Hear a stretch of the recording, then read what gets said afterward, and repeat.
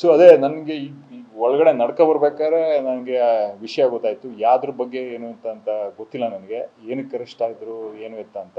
ಅವ್ರ ಜೊತೆ ನಾನು ಈ ಸಂಪರ್ಕ ಮಾಡಿಲ್ಲ. ಅದಾದಮೇಲೆ ಅದನ್ನ ವಿಷಯದ ಬಗ್ಗೆ ನನಗೆ ಗೊತ್ತಿಲ್ಲ. ಅದ್ರ ಬಗ್ಗೆ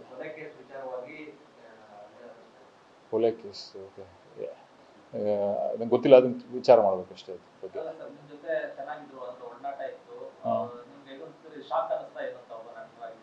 ಅದೇ ನಮಗೆ ಅದೇ ವಿಚಾರ ಏನು ಅಂತ ಗೊತ್ತಿಲ್ಲ, ಅದ್ರ ಬಗ್ಗೆ ರಿಯಾಕ್ಟ್ ಮಾಡೋದು.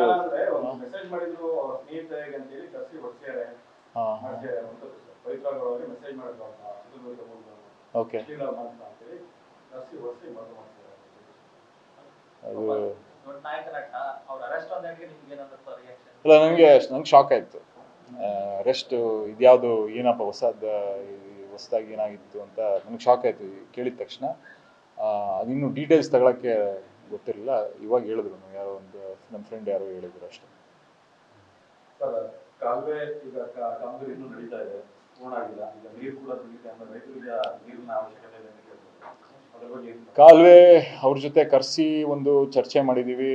ಅದನ್ನ ನಾವು